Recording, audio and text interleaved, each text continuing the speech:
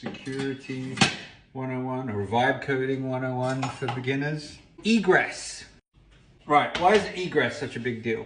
You have in and out of your application or your website.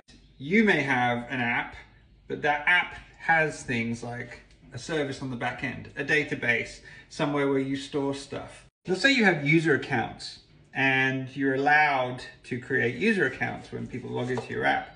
You're allowed to upload a photo of yourself, right? So if you're going to upload a photo of yourself, where are you putting that photo? You could do something like a public bucket in Supabase and upload it there. Use an S3 bucket from AWS or Azure or Google Cloud. Sometimes you get like credits for free storage, which is really useful. Egress is this process where stuff comes out of your app.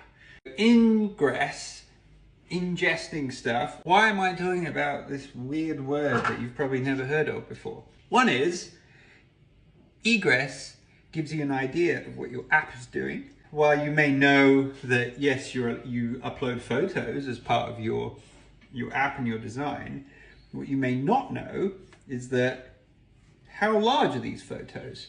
And how often is your app making calls to the storage to grab that photo? Every time things get populated on a page, let's say it's a community page of posts from people, comments on something you've done. Are they pulling an image every time that you load the page back from the storage? Or is it being cached or stored locally, temporarily? The second thing to be concerned about is cost. Did you know that egress costs you money? This is why I'm talking about it. I want you to be aware of this. The good thing to know about working with AI is while it's written the code happily and done all kinds of stuff, it will then be able to go back and look at that code that it's written and tell you what's happening with the app.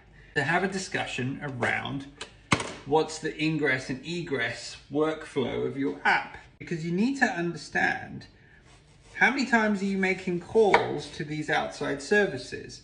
Are you doing it too much? Could you perhaps reduce the number of calls to increase the performance when lots and lots of people start using your website or your app?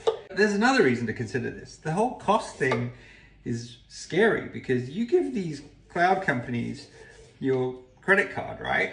That's it. And they're just going to bill you as and when they see the usage. You need to be able to be in control of that. For example, let's say you build an app and